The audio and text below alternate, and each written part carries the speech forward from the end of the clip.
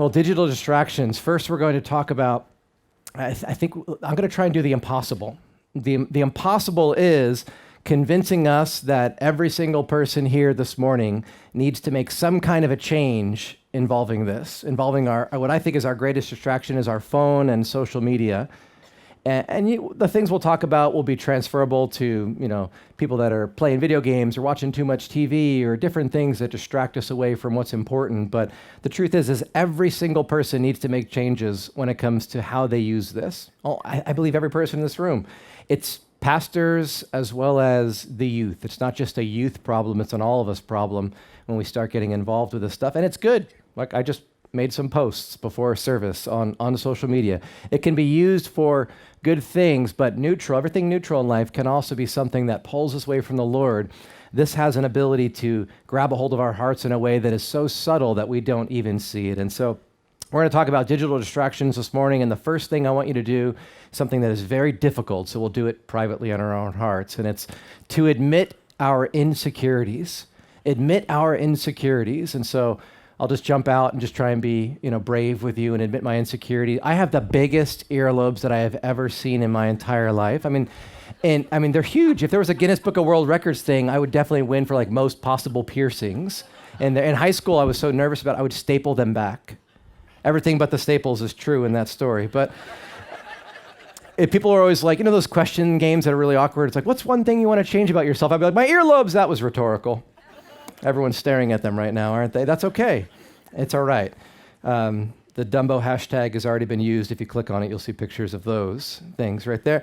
Listen, but when we admit our insecurities, from that, we can find strength and we can see what's going on in our hearts. Specifically with digital distractions, there's some tendencies that we have that can show us that we're a bit insecure with our relationship with the Lord. And just one real practical thing is when we post something on social media, and then we go back and check to see how many likes and comments and things that are on there. Is it just that we're curious and interested and we've got these good, real relationships with people? Or could it be that we're wondering if people actually care? Do people actually care? I had to deal with this in my own heart. One time I posted something about my family being so cute, and I go back and 0 comments, 0 likes, 0 shares, and I'm like, I guess everyone must be busy right now. And then I go back a couple hours later, 0. And I'm like, what? My family is cute. My family is adorable. What is going on here?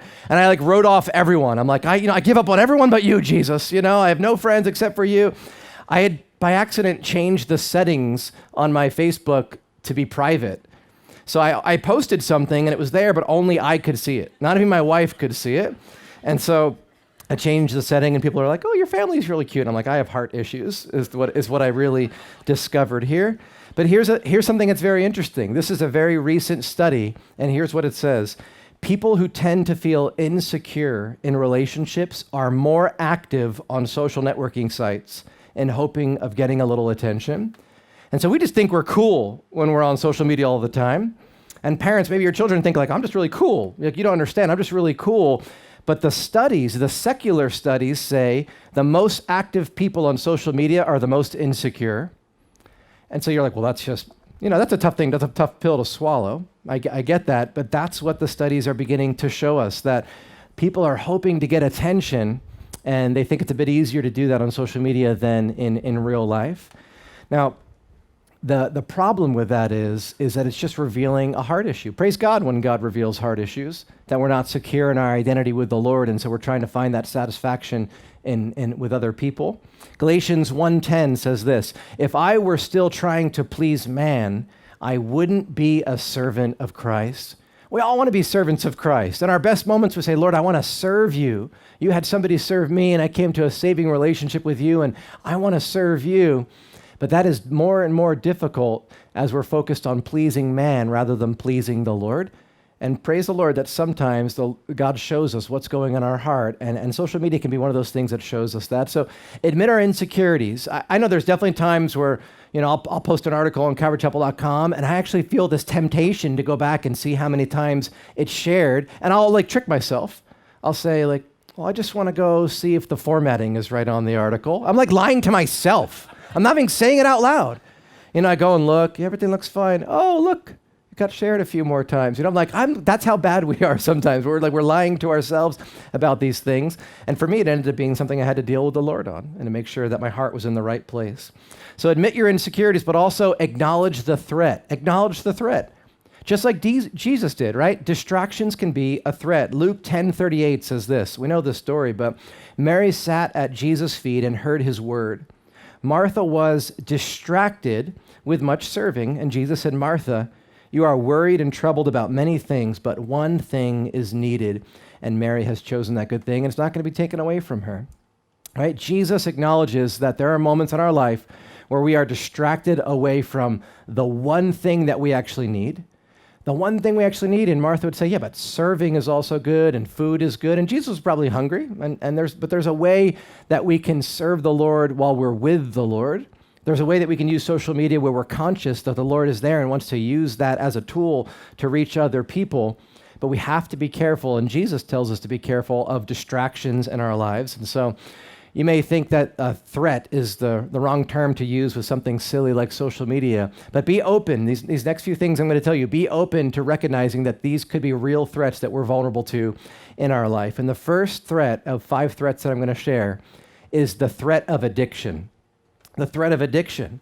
You have to ask yourself, could you go a week without your phone or without social media? Would that make you feel, would your whole life be uprooted because of that?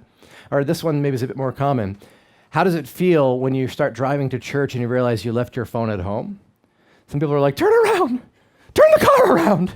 I'm serious, it makes us feel like we're missing something. It's something that we need. We kind of treat it just like a wallet now. Like I got my watch, my wallet, I have to have my phone as well. Sometimes it's good just to keep driving, So I was going to warn everyone too, this is a great service to silence your cell phones. Anyway, it's too late. Now you think addiction's too strong of a term, but research tells us behavioral addictions, just like cell phone addiction, are just as real as substance addictions, and they share a lot of similarities from classic addictions to alcohol and drugs. The people that study these things are saying cell phone addiction is real, and the symptoms are just like alcoholism and drug addicts, the same exact thing, except for society doesn't say it's a big deal because it's just somebody on a phone. Well, it's a big deal when you're driving. Isn't it terrifying to drive now? It used to be you'd be only scared of when you saw like those driving school cars. When it's like student driver car, and you're like, whoa, you pull over, get over. Someone else can die, but I'm not passing that car, get anywhere near that thing. But now every car is terrifying. You're driving and you just kind of look, or maybe in your passenger seat and you look and everyone's driving like this. You're like, we're all going to die. We're just all going to die. We don't have to worry about North Korea. We have to worry about everyone killing each other on the road because we're looking at cell phones. But this is a real addiction. And I'm going to share some science and stats that I've been reading that I think are important, but your brain's chemicals contribute to these strong habits. So there's 3, Ted told me there's 3 science nerds here, and so bear with me if that's not you. I know it's not a high population of the church, but listen. We get a spike of dopamine each time we receive a mobile alert on our phones, and it makes us want more. Dopamine starts us seeking, and then you get rewarded for seeking, which makes you seek more, and it becomes this impossible to stop loop. It's the way that we're wired, where God wires into us this curiosity because we hear this cue, this noise that goes off. But science says that we will never be satisfied in scrolling. And people scroll looking through their Facebook feed, their Instagram feed. They scroll looking through Netflix. It's something that we do, but the dopamine system is stronger than the opioid system. And so you tend to seek more than you're satisfied. So you seek and you click on something and you're like, oh, that was cool. That's the opioid system rewarding you for the curiosity being satisfied. Oh, I wonder what that is. And you click on it. But the system that seeks is stronger than the system that rewards. And so you keep on seeking and you feel like, I'll be satisfied with the next click. Maybe I'll find something in the next scroll. And you never will be, which is why people say, I'm just going to go check my phone for a second. And it becomes an hour because nothing interesting was strong enough to satisfy them. And so overuse of cell phones actually makes us less happy in life because whenever addictive behavior is displayed, there's these negative side effects on our quality of life. And with cell phone addictions, it's crowding out the more important things in our life, actual real relationships that we can have with family and friends. The things that will actually satisfy us are crowded out by these digital relationships that don't satisfy us. And so Even if society is okay with cell phone addiction, God isn't. God's never okay when we are enslaved to anything. And Paul tells us in 1 Corinthians 6:12, all things are lawful for me, but I will not be enslaved by anything. All right, everything's lawful, but I'm not going to be enslaved by anything. Listen, if we can't put this aside for a Sunday and say, Sunday is my Sabbath, and I'm leaving my phone at home, and we're going to be okay, and we're going to sort things out if there's an emergency. And if we can't do things like that or take a break from social media for a while, then we've got an addiction. We're enslaved to something. Something owns us, even if society is completely okay with it. God is never okay when something owns our hearts. This is one of the most subtle forms of addiction that's out there and is still acceptable mostly in society. So the threat of addiction. The second threat is the threat of aches. The threat of aches. There's physical pain that comes along with this addiction. Physical pain. Do you know that more people are having headaches and neck issues now than ever before because of this? Your neck was designed, surprisingly, to do this, to look at people. Your neck wasn't designed to do this. It actually hurts your neck to always be looking down like that. People are doing it so much, they're having to describe new diseases and new issues. They're like, oh yeah, you've got, and they're renaming, making these new issues people have because of headaches and neck pain they have from looking with this different angle that we're not designed to look at. There's actually all these issues happening. Carpal tunnel and thumb cramps. People's right thumbs are killing them. Right? The bones here, like, oh, my thumb hurts so much. Well, yeah, your thumb wasn't designed to do that. It's not something you were supposed to do. You're like, okay, I'll just use my finger then. No, then you'll have some other issue. We're just not designed for that. And here's some of the worst ones. Children playing phone games and looking at iPads and phones when they're too young, especially when they're under 2, but when they're growing up. It's causing them, children that are looking at phones too much, it's causing them to exhibit all of the ADHD symptoms that someone that maybe biologically has ADHD. But here's the thing. So they're using the phones too much, and they're losing their attention, and they're acting up, and there's all these different things that are happening, and they're like, oh, maybe my child has ADHD. But then when they take the phone away, when it's properly diagnosed and the phone and the iPads are taken away, less TV time, and they're playing with blocks and outdoors more, the symptoms disappear within months, and they revert back to not having any of those issues. It's easy. It's easy to pass this to my kid, right? It's easy. They love it, right? It's easy to say to do that. Grandparents always kill you, right? Grandparents are like, here. You're like, no, we're trying to not.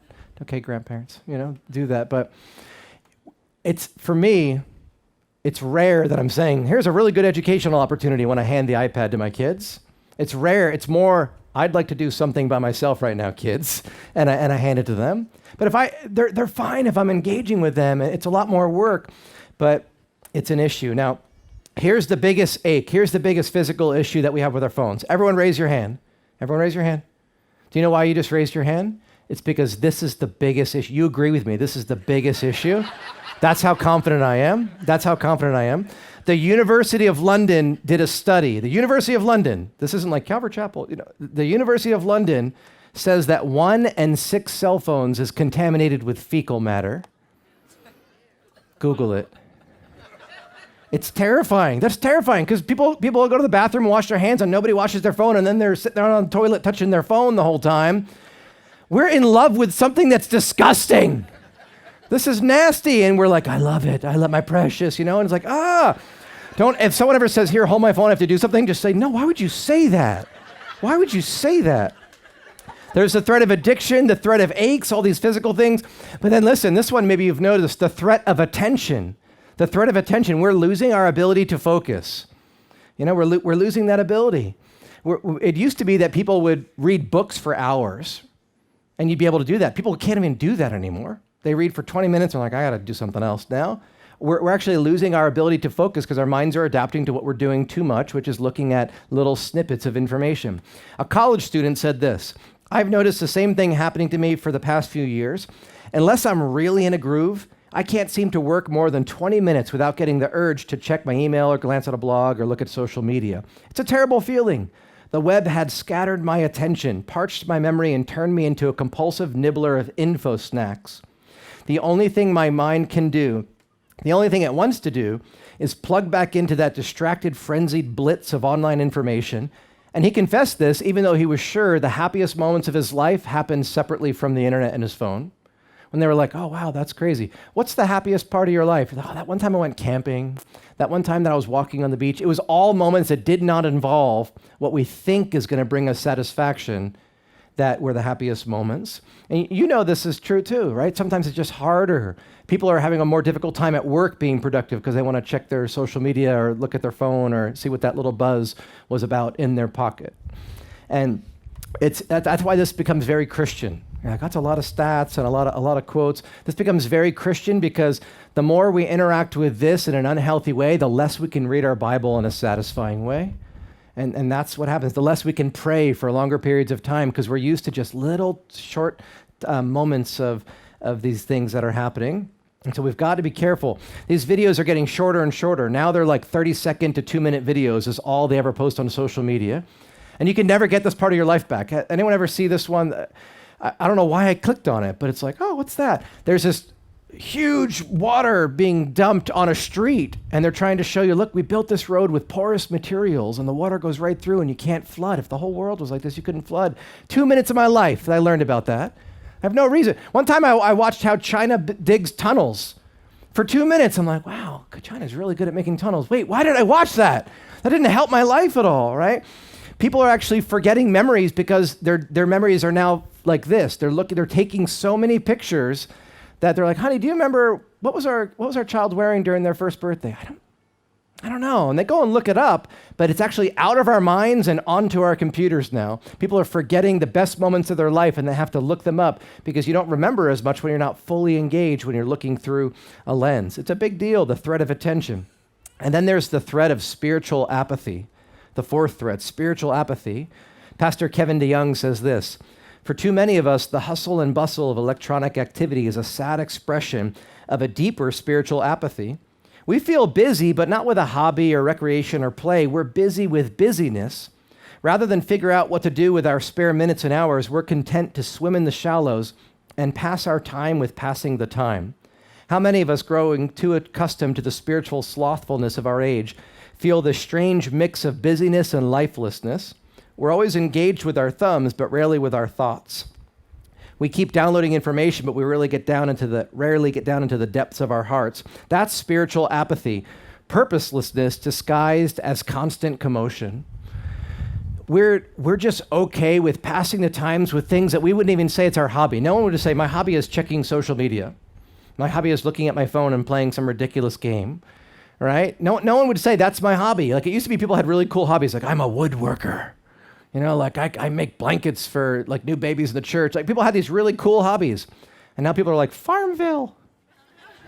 I'm like, listen, you should defriend anybody that asks you to play Farmville. That is the lamest game, right? We have this apathy, we're busy, but we're not doing anything. We're not doing anything. Like nobody's gonna write biographies about us.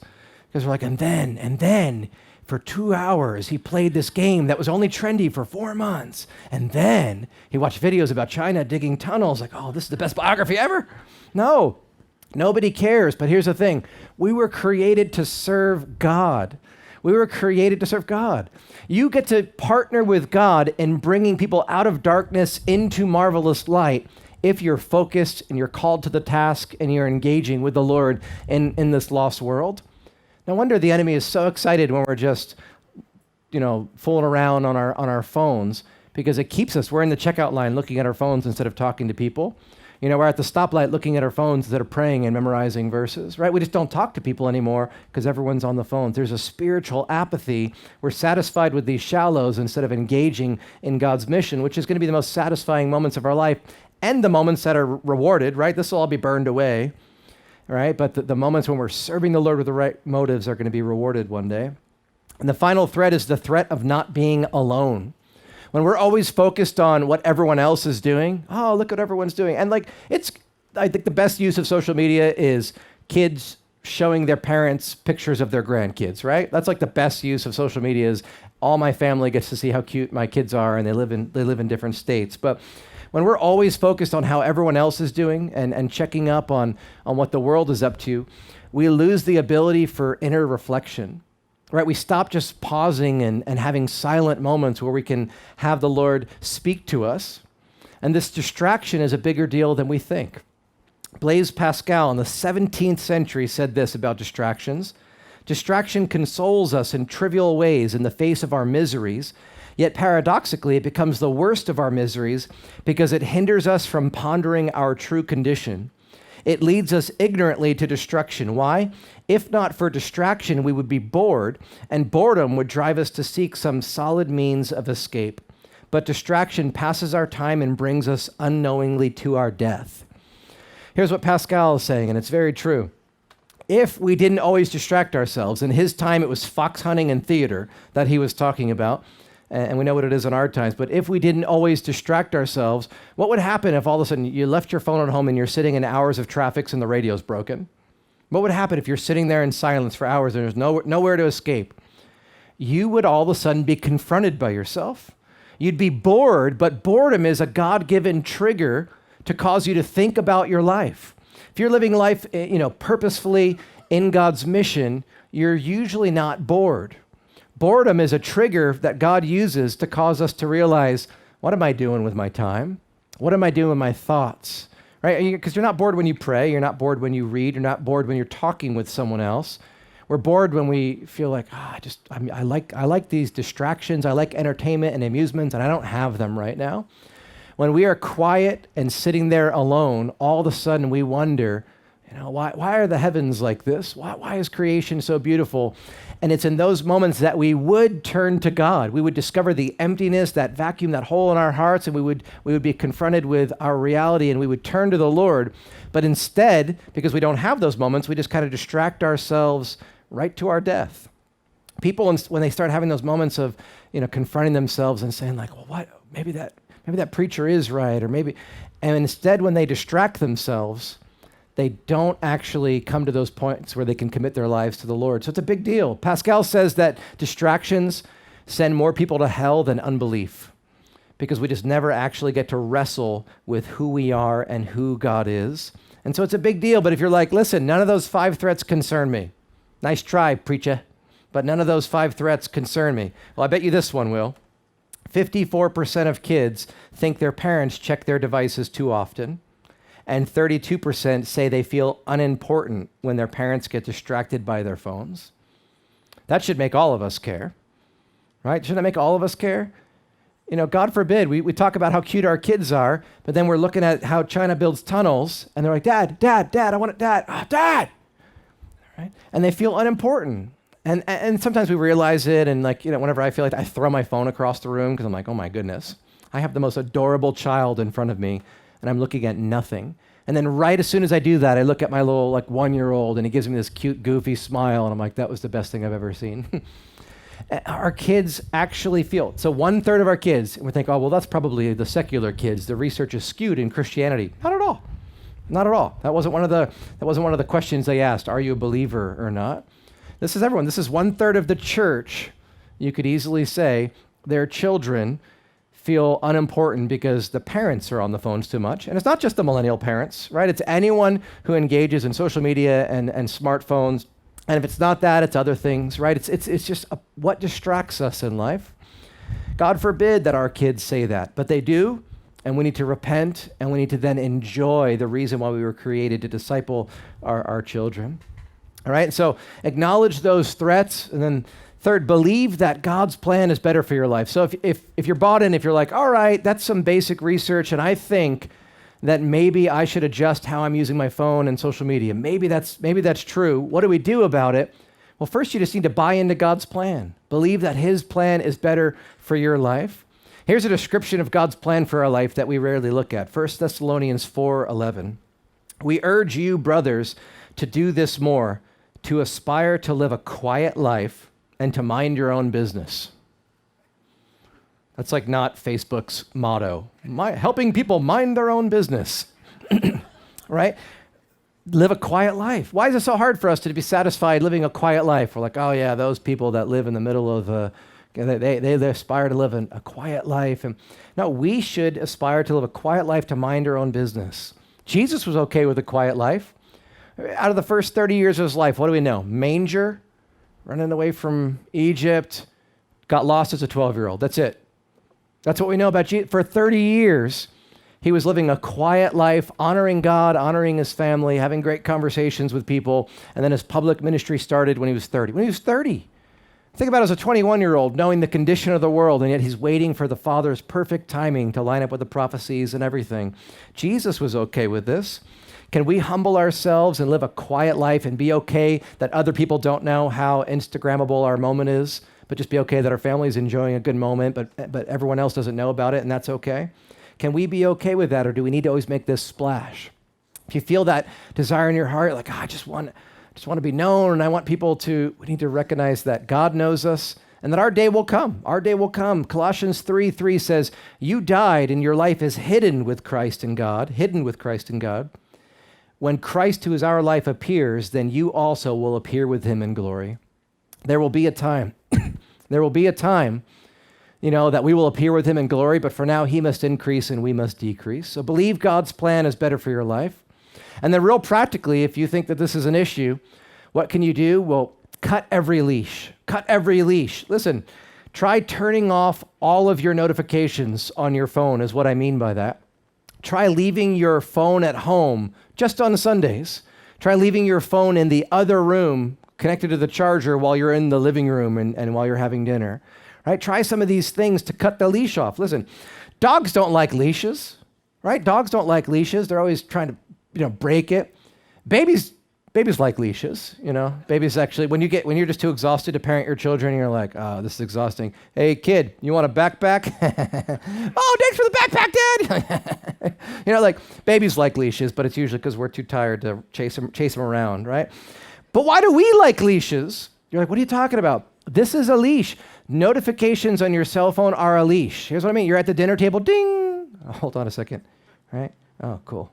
Right? That's something, it just owned you. You're having a conversation with your family, ding. Oh, what in the world should take us away from a conversation with our family or our devotional time or things like that? It becomes a leash. Now, the dopamine system, it's especially sensitive to audio cues like notifications because it tells your mind there's a reward coming, ding. Oh, there's a reward, something interesting. I'm curious, what's going to happen here? And it signifies something's about to happen.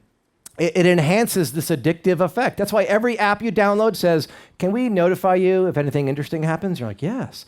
I just went through all of my phone on a family road trip we did to Zion National Park. And on the road there, we disabled every single notification except for phone calls. But everything else, we would never know if we got a text message or an email or anything unless we actually went to the app and clicked on it. It would never display anything or buzz or make any kind of a noise. And there was 50 plus apps that felt the need to tell me something. And all they wanted to do was market to me. When I turned all those things off, I just began to forget about my phone and engage more in being present with my family. Automatic notifications like that are causing us to be like a rat in a cage.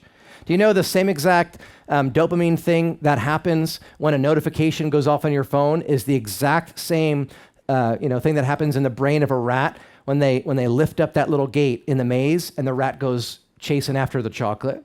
The same thing that happens in a rat's brain happens to our brain when the notification goes off. We're like, oh, that's a stimulant. That's a cue, right? We become this rat in a cage. We have to deal seriously with things like this. Jesus tells us to what? To pluck out our eye, to cut off our arm. If we notice sin in our life and we're not dealing with it, then we need to obey Jesus' commands to deal with it seriously, to take a moment and to repent, to fast from our phone, and God forbid to flip back to a flip phone if we can't seem to get it under control. But usually with some prayer, this can become a powerful device for the gospel and for good and for encouraging other people rather than something that owns us for silliness. All right, and so cut every leash, but also take control of each day. That's how we can fix this. Take control of the day. Paul told the Ephesians this, look carefully then how you walk, not as unwise, but as wise, making the best use of time. All right, we need to make the best use of our time. Just plan out your day. Say, you know what, today's a Saturday with my family. I'm only going to look or update social media when the kids go to bed for a half hour. So I can take a picture if the kids are being cute, but I'm not going to post it online till this time. You kind of put it in its place. You know, say, I'm only ever going to consistently check social media for, 15 minutes at lunch, and then I'm going to. If you put it in its place, what you end up noticing is that it calls out to you all the time, and you start realizing, no, you don't own me. What are you talking? And you feel the addictive qualities, and then you can deal with it. We're to prioritize what's important, right? To seek first the kingdom of God, and if we've got time, we can do some other things. But you prioritize what the Lord wants you to do, take control of each day, and you break that addiction. And the final advice is to embrace solitude. It's just like the scariest advice ever. Embrace solitude. The psalmist tells us, be still and know that I am God, right? Allow silence to confront you with who you are. There's this author, I think his name's Peter Kraft or Michael Kraft, one of those two things. We've got to look that up. I couldn't tell Kyle earlier either. And he says this in his book, Christianity for Modern Pagans. He says, here's an experiment you can do if you're struggling with distractions.